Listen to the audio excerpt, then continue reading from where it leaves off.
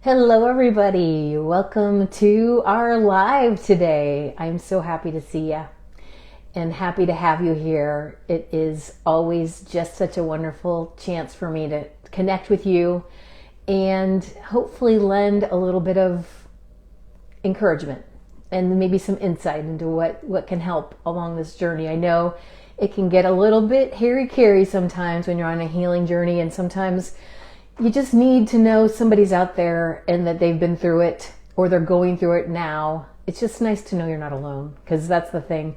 It can feel very isolating when we're on a healing journey.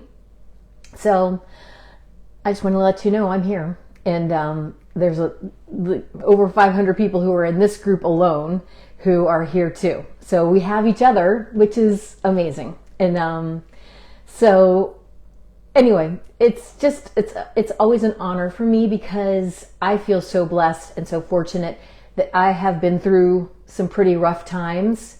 And the good thing about that is that I have the opportunity to share what I've learned with all of you guys. So it wouldn't mean the same for me if I was just telling it to nobody. So it means a lot that you guys are willing to listen and maybe, learn from some of my mistakes or some of the things that I have learned through my, trials and tribulations. So today's subject is going to be about how to get unstuck when you're in kind of that sticky part of the healing journey.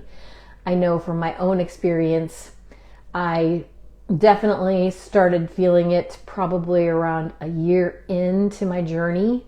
Because well, silly me, I thought that I was going to do 1-3-6-9 cleanse on the medical medium protocols, and that I was going to be healed after that one cleanse. That was my thought on the matter when I did my first one. I'm like, this is going to do it. I just feel it. I know it. So, haha. Little did I know. I did not realize what I was signing up for, but I'm very glad that I stuck with it, because obviously it took several more cleanses and a lot more time, but I did get there eventually. And so that's what never ceases to amaze me and also touch me with a lot of gratitude, because I was in a pretty dark place and I was hopeless and felt like I didn't know if my life was going to be relegated to that certain amount of symptoms for the rest of my life. I did not know. So I just had to kind of take a leap of faith, and I'm really, really glad I did. So that's the thing I kind of want to delve into today, because I think that one thing that we all can maybe have in common, I know we're all at different points of our journey. So some people might just be starting out on their medical medium journey with all of the protocols and the food and stuff like that. And then maybe some of us are midway through. Some of us maybe are, old veterans. We've been at this for a long time. And so, the veterans of the group obviously have a lot of insight to share, and they've been through it, so they can maybe share some things. And that's where I'm coming from. So I have been on my healing journey almost 5 years now. So I, on the 28th of November will be my 5-year anniversary. So I'm, getting excited about celebrating that. And yay me, like, good girl. I actually, I stuck with it. And that's another, aspect of this whole journey, that we get to learn more about ourselves. And that's one of the keys that I want to talk about today too, is the fact that we have to learn to master ourselves. And that's the hardest thing, because we often are feeling like we're feathers in the wind, and every little gust of wind that comes along can derail us, can shake us, and can, disrupt what it is that we have going on. So the key, what we're all striving for, and me too, I'm still striving for this too, so is to become unshakable, to become like a rock, a tree, firmly planted in the ground, and you know where you're going, and you know what you want to do, and that is what you're going to do. So one of the things that I had to do along the way is kind of shift my focus. And I want to encourage you guys to do the same.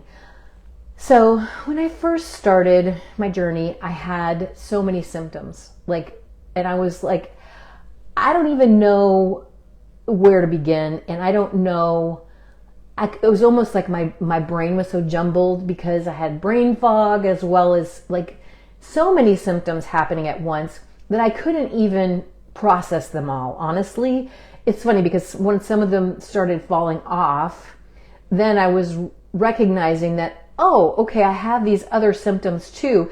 They weren't as loud. They weren't as like commanding of my attention. So I sort of brushed them off and didn't even really acknowledge them until some of the more severe ones started kind of calming down. So that's kind of an interesting thing. So early on in my journey, I started writing down my symptoms like almost daily. I would write down the symptoms. I had like a list, and then I would rate them from 1 to 10 on the severity of the symptom, just so I could see if it was getting better over time. Because again, you're in the thick of it. Sometimes it's hard to analyze if it's better today or worse, or it's sort of like, it feels like it's just never going to end. You're just like you're stuck in this pit of the same thing, or so it feels like at the time. So what I had to do is kind of stop focusing so much on those symptoms. I had to instead kind of focus on more like the things that were going right and the things that I had healed or that were starting to get better. So instead of going, this other, my voice was my biggest pain point when I was in the thick of it all because I just couldn't communicate. So that was my one that I was just holding out for, that I was like, please, please, please, please, please, let this heal so that I can restore my quality of life and get back to kind of sort of some sense of normalcy. So along the way though, even though my voice wasn't coming back right away, it did not come back for 2.5 years. So I had to instead focus on the things that had gone right. So one of the early things that cleared up for me was my indigestion kind of stuff going on. I had this chronic acid reflux that was horrible, that before I started my healing journey, I was on Zantac twice a day, trying to keep that at bay. And so the thing is with that early on, that almost went completely away. I was like astounded. So I had to really lean into that and just remind myself daily that, look, my acid reflux is gone. And then similarly, like I had been sort of addicted to sinus medication previously because I had constant sinus pressure, pain, stuffy feeling, and allergies all the time. So I was like, okay, so those two things, I would say within the first 2 to 3 months got drastically better. Like, wow, astounding. Now, granted, I was still, holding out for that voice to come back, but at least I knew that my body was healing on some level. So I learned to kind of celebrate those good things, and sort of the logical side of my brain said, okay, so if these other things are healing, that's proof to me. So I started looking for proof that it was working instead of the question. The flip side of that coin is, when am I going to heal? I'm never going to heal. Obviously, like you're just in that frustration kind of mode. And so once you kind of make peace with the fact that I am healing, it sort of just like inches you closer to that faith and that trust that you're on the right path. So that's the thing I want to point out to you, because we have 40,000 thoughts a day or something like that, like crazy amount. So the thinking that we had that kind of generated the energy and laid the groundwork for our illness to become a reality in our bodies. So, Anthony William talks a lot about the fact that we did not create our illness. And I am not saying that we do at all in any way, shape, or form. But this is the caveat. Our thoughts dictate then our emotional state every day. And then our emotional state dictates our energetic state. So if our emotions are wonky and we're just in this kind of low vibe kind of emotion, anger, sadness, depression, disappointment, frustration, all of those things do play a part in our healing and in our overall health, because of the fact that energetically our systems aren't working on all cylinders when we're in a low energy vibe. And by the same token, when that happens, then our immune system is suppressed, and then also the pathogens that are in our body have more of a chance to kind of like take a foothold, because we're just energetically vibrating on a lower level, which lays the groundwork for those viruses and bacteria strains to set up housekeeping. And because we're not actively repelling them by, our vibe, our immune system, our functioning of our cells, our digestion's off. So all of this goes hand in hand. So it's just really important to just keep in mind that we're going to need to monitor our thoughts and our emotions, because in order to get into a healing state, we have to believe it. We have to believe that we are healing. We have to relax and just trust. So that's why we're looking for proof, because so if we go from a mindset that says, I doubt I'm going to heal. I think, I need a doctor to help me heal, or I need a pill, or I need, proof, beyond a shadow of a doubt. I'm a poster child for telling you, especially for certain neurological symptoms like spasmodic dysphonia and other things like that it can be done. But I know the skepticism. It's like you look at other people and you're like, well, they can do it, but I can't do it. So we have to just change that into that person did it. And so that makes it possible for me to figure out a way to do it too. So we just have to crack the door open. It doesn't have to be like a whole new belief, like from going from, I doubt it, to yes, fully on, I believe it. But at least if we're moving in that direction, we're starting to just inch our belief system ever so slightly into that realm of possibility of like, what if it could happen? What if it is possible? And that, Kathy Merkel-Roddy isn't full of it, that she's right. Like, let's just pretend for a minute.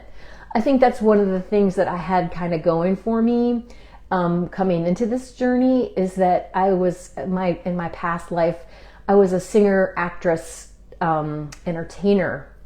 And so part of what we have to do on the stage often is suspend the disbelief about a situation. So you have to go into a pretend world and you have to act as if you believe this pretend world or whatever.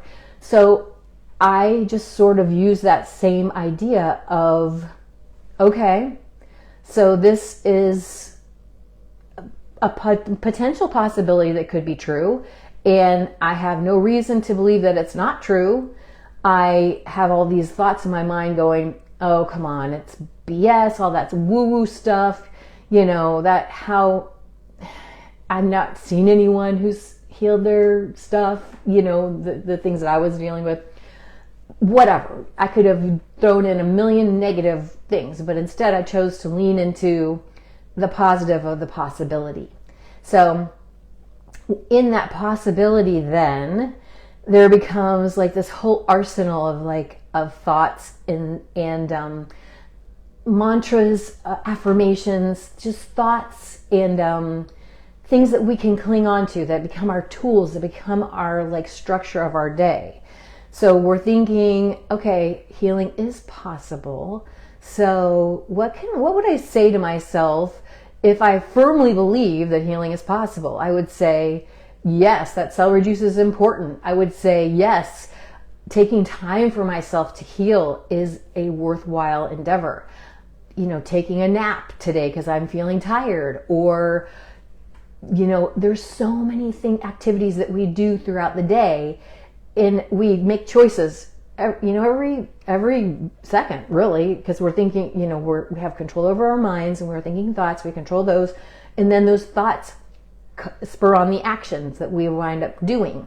So once we start, the process of going in that positive direction, then all of it just comes with that positive mindset. You have a lot more energy and enthusiasm to do the things that you need to be doing, to withstand like the temptation for the foods that are going to cause inflammation in the body and stuff like that. You can walk away from that because, I had this little mantra that I would say to myself, that nothing tastes as good as healthy feels. So that's what I was, whenever I would be tempted, which, after a while when you're on this healing protocol, those cravings really, really diminish. Like before I did this, I had a wicked sweet tooth. Like for years and years, my nickname as a kid was like Candy Kathy. And so I always had like a little stash of chocolate in a drawer or something like that for years and years. But once I started following the protocols in the medical medium books, like we eat so much fruit every day. So honestly, I didn't crave the artificially sugared up sweet things anymore. So that did not become a temptation for me anymore. So keeping your mind on the right track is one of the ways to get unstuck, because also then we aren't on this roller coaster ride every day of like, oh, my symptom flared, or is it, or wondering, or whatever. We're sort of like in more of a flow with it and not constantly analyzing.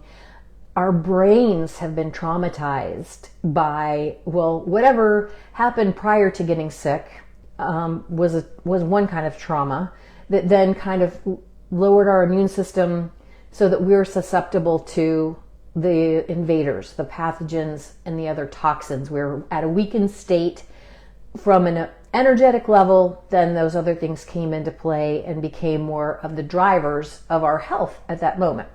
So we just have to be mindful of that all the time and know that we're going in the right direction. We see the destination in the distance, and we're not going to, it's like when you're flying in a plane and you feel the turbulence, and if you got freaked out every time the turbulence happened, you'd be just a puddle on the floor by the time you get to your destination. Instead, you just kind of trust, okay, the pilot knows what he's doing. This is just part of the journey, and it's going to be bumpy at times, but I see where I'm going to go, and I'm, intent on getting there. So one of the things you can do, make that list of the things that have healed. If you've been on this for a little while, maybe you've seen some good things on some of the categories that you're dealing with. So I would advise you to write down that list. And then, you can look at that every day, or, whenever you think of it, when your mind is starting to get a little unnerved. My dog is here and he wants me to pick him up, so I guess I will. This is Bogey, everybody. Hi, Bogues. All right. Yeah, no licking, please. Okay. So, you definitely just want to just drill in that belief that I am healing. So you can say those types of things, and every day in every way, my body wants to heal. Whenever you feel the negative thoughts coming in, or the fear or the doubt, or a symptom kind of amps up for a minute, which it's normal to be scared. It feels like you can't trust your body, because that was the biggest thing of all. When I was feeling like all these years I was familiar with my body, how it felt to be in my body, what my body was capable of, and then suddenly the regular little things it couldn't do anymore. And it felt very frightening to be in that vulnerable state of a failing body. So instead, we have to kind of play on the the upside of the body and the miraculous thing that is going on in your liver and all of your organs, how it's working so hard to just weed out those toxins and help you in so many countless ways. It's amazing. If you think about it, like, it is a miracle. All of the things, all of the systems that run all day, every day, your heart's beating, you're breathing, your digestive juices are flowing, your blood is pumping, you're just, all of it is crazy how in tune and how perfectly synchronized all of the systems of your body are. So when you start thinking about that, that's like pretty amazing if you really give it some thought. So just the wonder of that and the gratitude for that, and knowing that your body wants to take back the health and get back into perfect working order. So we just have to just remember that all the time, every day. So we elevate the negative thought into a possibility that, we're going to get there. What if? And then you start visualizing and thinking about, what would you do when you're completely healed? What kind of fun stuff could you do? And just like on some of your meditations, when you take time for yourself on the daily, just visualize yourself going through some of those activities, because that is what we're working for, to get our lives back so that we can return to a vibrant state where we're just thriving instead of just getting by and just surviving, because it feels like a completely different experience to feel like energetically going through life and feeling wonderful versus trudging through, barely getting through the day. So those are we don't want that. So we want to be vibrant. It is our God-given right to be healthy, to be happy. So we need to just remember that and just keep in mind that God and our bodies have our back. So just, digging into that faith and that trust is kind of key. So it's funny, whatever the mind can see and believe, it can achieve. So that's what we're all working towards. We're working towards seeing it and believing it's possible, so that we lay the groundwork and we sort of rehearse it, we practice. There's all sorts of studies that talk about athletes that rehearse their sporting event prior to the actual event, like the Olympics or something like that. They rehearse it in their minds. They're not even physically doing it, but they're pretending to do it, and then their nervous systems don't know the difference. So it almost like fires off the synapses that would happen during the actual activity. So similarly, if we get ourselves into that healing mode where we're grateful, we're thinking, the wonderful things and feeling all the good feelings of what it feels like to have achieved it.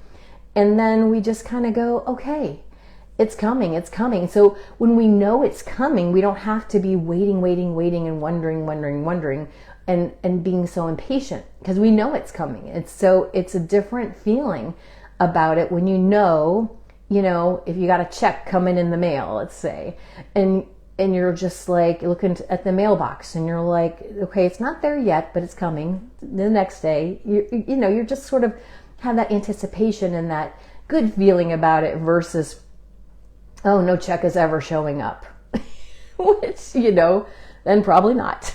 It probably isn't. So, what do you want? What? So I think that the mindset is important. Then, we can talk about like the protocols. Of course, it's hard for me to say a blanket statement for a group of people because we all are at different levels. But, there are things to look at physically. So, are we minding keeping all of those troublemaker foods out all the time? Is that something that we're able to do successfully without fail for an extended period of time? That's one thing to look at.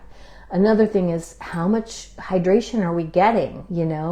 How many glasses of mineralized water, with the lemon or the cucumber in it? are we drinking every day? And in addition, are we drinking extra juices to kind of help move those things out? Have we also started doing some sort of lymphatic thing so that, there's different lymph points in our bodies that can get stuck. So, it starts like right below the collarbone. Around the collarbone is one of our little intersections of our lymphatic system.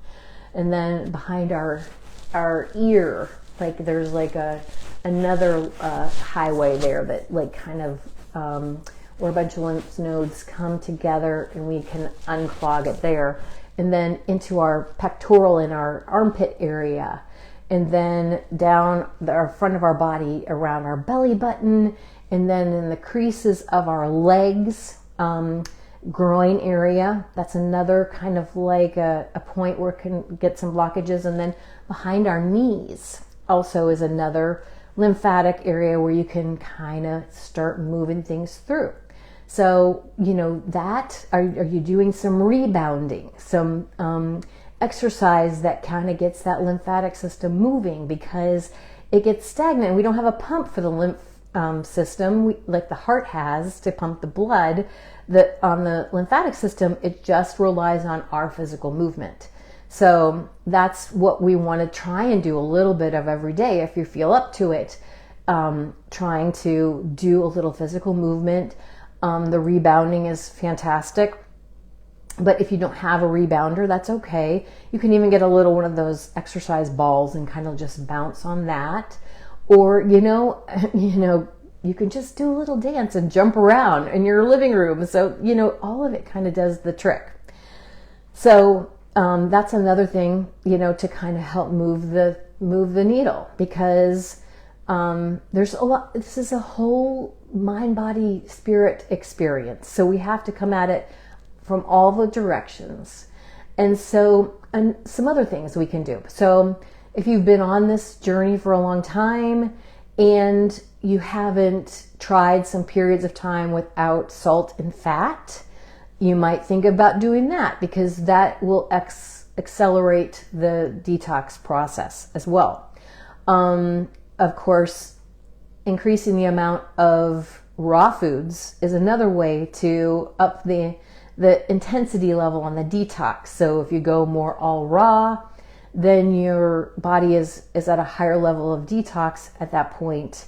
So I don't know where you are in your comfort zone as far as being able to handle fat-free. I know for me, it was kind of hard for about the first year or so going completely fat-free. I would get super detoxy feeling, like it would just amp up my symptoms. So I did do 5 cleanses that first year, but I suffered through them. I couldn't sleep the entire time I was doing it. And it was a very uncomfortable, feeling doing the cleanses. And I don't think that we should be suffering through our detox. So we have to pick a level that's right for us. I didn't know any better. So I was just pushing through and really probably overdoing it for my body at the time.